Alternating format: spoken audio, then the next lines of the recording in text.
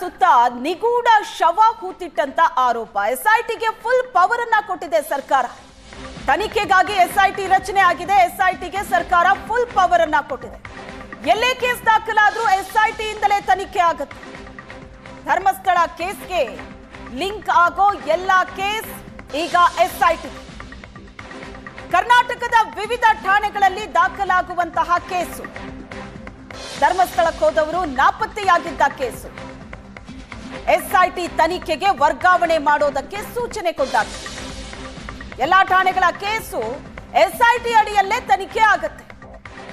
ಶವ ಹೂತ ಕೇಸ್ನಲ್ಲಿ ಪೂರಕ ಕೇಸ್ಗಳಿದ್ರೂ ಎಸ್ಐಟಿ ತನಿಖೆಯನ್ನ ನಡೆಸಲಿದೆ. ಎಸ್ಐಟಿಗೆ ಸರ್ಕಾರ ಫುಲ್ ಪವರ್ ಅನ್ನ ಕೊಟ್ಟಿದೆ. ಈ ಪ್ರಕರಣದ ಎಲ್ಲಾ ಕೇಸ್ ಎಲ್ಲೇ ದಾಖಲಾದ್ರೂ ಕೂಡ ಅದು ಎಸ್ಐಟಿ ಇಂದಲೇ ತನಿಖೆ ಆಗುತ್ತೆ. ಧರ್ಮಸ್ಥಳ ಕೇಸ್ಗೆ ಲಿಂಕ್ ಆಗುವಂತಹ ಎಲ್ಲಾ ಕೇಸು ಅದು ಎಲ್ಲೇ ದಾಖಲಾಗಿರುತ್ತೆ ಅವೆಲ್ಲವೂ ಕೂಡ ಎಸ್ಐಟಿ ಸುಪರ್ದಿಗೆ ಬರುತ್ತೆ. ಫುಲ್ ಪವರ್ ಅನ್ನ ಎಸ್ಐಟಿಗೆ ಸರ್ಕಾರ ಕೊಟ್ಟಿದೆ. ಧರ್ಮಸ್ಥಳ ಶವ ಕೇಸ್ನಲ್ಲಿ ಎಸ್ಐಟಿ ತನಿಖೆ ನಡೆಯುತ್ತೆ. ಎಸ್ಐಟಿ ಮುಂದಿದೆ ಸಾಲು ಸಾಲು ಸವಾಲು. ಎಸ್ಐಟಿ ಟೀಮ್ ಅಖಾಡಕ್ಕಿಳಿಯೋದಕ್ಕೆ ರೆಡಿಯಾಗಿದೆ. ಟೀಮ್ಗೆ ಯಾರೆಲ್ಲ ಬೇಕು ಅನ್ನೋ ನಿರ್ಧಾರ ಆಗಿದೆ. ಎಸ್ಐಟಿ ಮುಂದೆ ಸವಾಲುಗಳು ಸಾಕಷ್ಟಿದೆ. ಅಖಾಡಕ್ಕಿಳಿಯೋದಕ್ಕೆ ಎಸ್ಐಟಿ ರೆಡಿಯಾಗಿದೆ. ಟೀಮ್ಗೆ ಯಾರೆಲ್ಲ ಬೇಕು ನಿರ್ಧಾರ ಆಗಿದೆ. ಡಿವೈಎಸ್ಪಿ, ಇನ್ಸ್ಪೆಕ್ಟರ್, ಪಿಎಸ್ಐ, ಕಾನ್ಸ್ಟೇಬಲ್ ನೇಮಕ. ಕೇಸ್ಗಾಗಿ 4 ತಂಡವನ್ನ ಪೊಲೀಸರು ರಚಿಸಲಿದ್ದಾರೆ. ಒಂದೊಂದು ತಂಡಕ್ಕೆ ಒಂದಷ್ಟು ಹೊಣೆಯನ್ನ ನೀಡಲಾಗುತ್ತೆ. ಶರಣಾದವನ ವಿಚಾರಣೆ, ಟೆಕ್ನಿಕಲ್ ಎವಿಡೆನ್ಸ್ಗಳ ಬಗ್ಗೆ ತನಿಖೆ, ಹೂತಿದ್ದ ಹೆಣಗಳನ್ನ ಹೊರತೆಗೆಯೋದು ಇವೆಲ್ಲವೂ ಕೂಡ ಮುಖ್ಯವಾಗಿರುತ್ತೆ.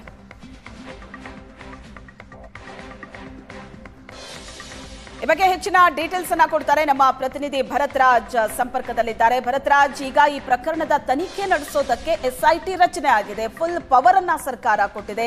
ಈ ಪ್ರಕರಣಕ್ಕೆ ಲಿಂಕ್ ಇರುವಂತ ಕೇಸು ಎಲ್ಲೇ ದಾಖಲಾಗ್ಲಿ ಅದು ಎಸ್ಐಟಿ ಅಂಡರೇ ಬರುತ್ತೆ. ಅವರೇ ತನಿಖೆಯನ್ನ ನಡೆಸ್ತಾರೆ ಅಂತ. ಸೊ ಏನೆಲ್ಲ ಬೆಳವಣಿಗೆಗಳಾಗ್ತಾ ಇದೆ ಎಸ್ಐಟಿ ರಚನೆ ಆದ ನಂತರದ ಬೆಳವಣಿಗೆ?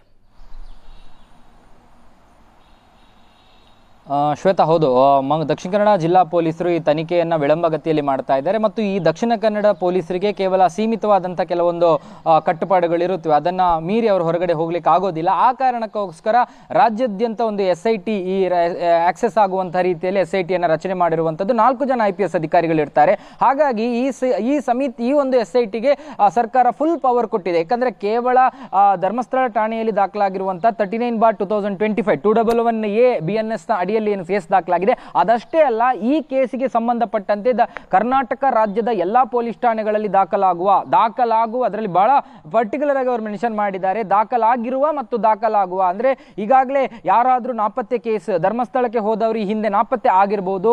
ಈ ಹಿಂದೆ ಈ ಪ್ರಕರಣಗಳು ನಾಪತ್ತೆ ಕೇಸ್ಗಳಾಗಿ ಉಳಿದಿದ್ದಂತ ಪ್ರಕರಣಗಳನ್ನ ಈಗ ಅದು ಮತ್ತೆ ಮುನ್ನೆಲೆಗೆ ಬರಬಹುದು. ಯಾಕಂದ್ರೆ ಇಲ್ಲಿ ಇರೋ ಈ ರೀತಿಯಾಗಿ ಒಬ್ಬ ಶವಗಳನ್ನು ಹೂತಿಟ್ಟಿದ್ದೀನಿ ಅನ್ನಂತ ಸಂದರ್ಭಗಳಲ್ಲಿ ಸಹಜವಾಗಿ ಕರ್ನಾಟಕದ ಬೇರೆ ಬೇರೆ ಭಾಗಗಳಿಂದ ನಾಪತ್ತೆಯಾದವರ ಕುಟುಂಬಸ್ಥರು ನಮ್ಮ ಮನೆಗಳಲ್ಲಿರುವಂತವರು ನಾಪತ್ತೆ ಆಗಿದ್ದಾರೆ, ನಮ್ಮ ಕುಟುಂಬದಲ್ಲಿ ಇದ್ದಂತವ್ರು ನಾಪತ್ತೆ ಆಗಿದ್ದಾರೆ, ಧರ್ಮಸ್ಥಳಕ್ಕೆ ಹೋಗ್ತೀನಿ ಅಂತ ಹೇಳ್ಕೊಂಡು ಹೋದಂತವ್ರು ನಾಪತ್ತೆ ಆಗಿದ್ದಾರೆ ಅನ್ನುವಂತಹ ಒಂದು ವರ್ಗದ ವಿಚಾರಗಳು ಚರ್ಚೆಗೆ ಬರಬಹುದು. ಆ ಸಂದರ್ಭದಲ್ಲಿ ಅವರ ಠಾಣಾ ವ್ಯಾಪ್ತಿಗಳಲ್ಲಿ ಆಯಾ ಠಾಣಾ ವ್ಯಾಪ್ತಿಗಳಲ್ಲಿ ಅವರು ಒಂದು ದೂರುಗಳನ್ನು ಅವರು ದಾಖಲಿಸುವಂತ ಸಾಧ್ಯತೆಗಳಿರುತ್ತವೆ. ಹಾಗಾಗಿ ಆ ಎಲ್ಲ ದೂರುಗಳು ರಾಜ್ಯದ ಯಾವುದೇ ಪೊಲೀಸ್ ಠಾಣೆಗೆ ಇಂತಹ ದೂರುಗಳು ಬಂದ್ರೆ ಆ ಎಲ್ಲ ದೂರುಗಳನ್ನ ನೇರವಾಗಿ ಈಗ ರಚನೆ ಆಗಿರುವಂತಹ SITಗೆ ವರ್ಗಾವಣೆ ಮಾಡುವಂತೆ ಸರ್ಕಾರ ಸೂಚನೆಯನ್ನು ಕೊಟ್ಟಿದೆ.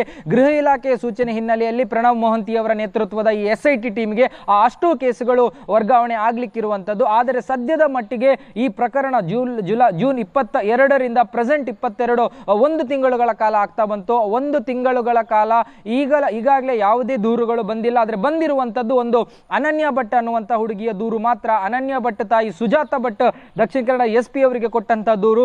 ಅಲ್ಲಿಂದ ಅದು ನೇರವಾಗಿ ಧರ್ಮಸ್ಥಳ ಪೊಲೀಸ್ ಠಾಣೆಗೆ ಬಂದು ಪೊಲೀಸ್ ಠಾಣೆಯಲ್ಲಿ ಆ ದೂರು ದಾಖಲಾಗಿದೆ. ಹಾಗಾಗಿ ಆ ಕೇಸಿನ ಜೊತೆಗೆ ಆ ಕೇಸ್ ಕೂಡ SITಗೆ ಹ್ಯಾಂಡ್ ಓವರ್ ಆಗುತ್ತೆ. ಆದರೆ ಉಳಿದಂತೆ ಮುಂದಿನ ದಿನಗಳಲ್ಲಿ ಯಾವುದಾದ್ರೂ ದೂರುಗಳು ದಾಖಲಾದ್ರೆ, ಯಾವುದಾದ್ರೂ ದಾಖಲಾಗಿರುವ ಕೇಸುಗಳಲ್ಲಿ ಧರ್ಮಸ್ಥಳದ ವಿಚಾರಗಳನ್ನು ಪ್ರಸ್ತಾಪ ಮಾಡಿ, ಅಂದ್ರೆ ಧರ್ಮಸ್ಥಳಕ್ಕೆ ಕೆಲವರು ದೂರು ಕೊಡುವಾಗ ಹೇಳ್ತಾರೆ ನಮ್ಮ ಮಗಳು ಅಥವಾ ಮನೆಯ ಮನೆಯ ಮಗ ಇರಬಹುದು ಅಥವಾ ಯಾರೇ ಕುಟುಂಬಸ್ಥರು ಇರಬಹುದು, ಧರ್ಮಸ್ಥಳಕ್ಕೆ ಅಂತ ಹೋಗ್ತೀನಿ ಅಂತ ಹೇಳಿ ಅವರು ನಾಪತ್ತೆ ಆಗಿದ್ದಾರೆ ಅನ್ನುವಂತಹ ಯಾವುದೇ ವರ್ಡಿಂಗ್ಸ್ಗಳಿದ್ರು, ಯಾವುದೇ ದೂರುಗಳಲ್ಲಿ ಉಲ್ಲೇಖಗಳಾಗಿದ್ರು, ಅಂತಹ ದೂರುಗಳನ್ನ ಈ ಒಂದು SIT ತಂಡದ ಇದಕ್ಕೆ ಹೊಣೆ ಇದು ಮಾಡಲಿಕ್ಕೆ, ಅಂದ್ರೆ ಅವರು ನಾಪತ್ತೆ ಆದವರು ಇನ್ನೂ ಕೂಡ ಪತ್ತೆಯಾಗದ ಕೇಸುಗಳಲ್ಲಿ ಮಾತ್ರ, ಅದರಲ್ಲೂ ಪ್ರಮುಖವಾಗಿ ಕ್ರಿಮಿನಲ್ ಕೇಸುಗಳಲ್ಲಿ ಮಾತ್ರ, ಯಾವುದೇ ಸಿವಿಲ್ ವ್ಯಾಜ್ಯಗಳ ಇದರ ಅಡಿಗೆ ಬರೋದಿಲ್ಲ, ಕೇವಲ ಕ್ರಿಮಿನಲ್ ಕೇಸ್ಗಳಲ್ಲಿ ಮಾತ್ರ SIT ಇದರ ತನಿಖೆಯನ್ನು ವಹಿಸಿಕೊಳ್ಳುತ್ತೆ.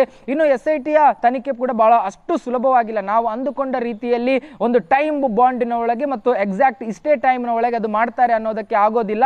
ಅವರು ಈಗಾಗಲೇ SIT ಪ್ರೇಮ್ ಆಗಿದೆ, ಅದರ ಜೊತೆಗೆ ಒಂದು ಗಾಳಿ ಸುದ್ದಿ ಇದೆ, ಇಬ್ಬರು ವಾಕೌಟ್ ಆದ್ರೂ ಹೊರಗಡೆ ಹೋಗ್ತಾರೆ 2 ಅಧಿಕಾರಿಗಳು ಅನ್ನುವಂಥದ್ದು. ಒಂದು ವೇಳೆ ಅವರು ಇದು ಸುದ್ದಿ ಅಧಿಕೃತವಾದರೆ ಅದಕ್ಕೆ ಮತ್ತಿಬ್ಬರು ಅಧಿಕಾರಿಗಳ ನೇಮಕ ಆಗಬೇಕು. ಆ ಬಳಿಕ ಅವರು ಕೂತು ಅಲ್ಲಿ ಚರ್ಚೆ ಮಾಡ್ತಾರೆ. ಮಾಡಿದ ನಂತರ ಧರ್ಮಸ್ಥಳ ಠಾಣೆಯಲ್ಲಿರುವಂತಹ ಫೈಲ್ ಅವರ ಟೇಬಲ್ಗೆ ಬರಬೇಕು. ಆ ಬಳಿಕ SP ಅವರ ಜೊತೆ ಮಾಹಿತಿಗಳನ್ನು ಅವರು ವಿನಿಮಯ ಮಾಡ್ಕೊಳ್ಬೇಕಾಗುತ್ತೆ.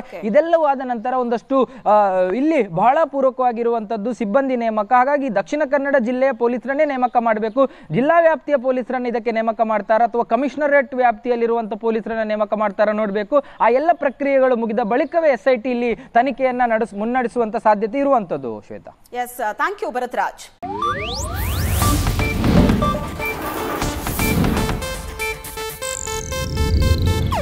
ಇದು ಏಷ್ಯಾನೆಟ್ ನ್ಯೂಸ್ ನೆಟ್ವರ್ಕ್ ಪ್ರಸ್ತುತಿ.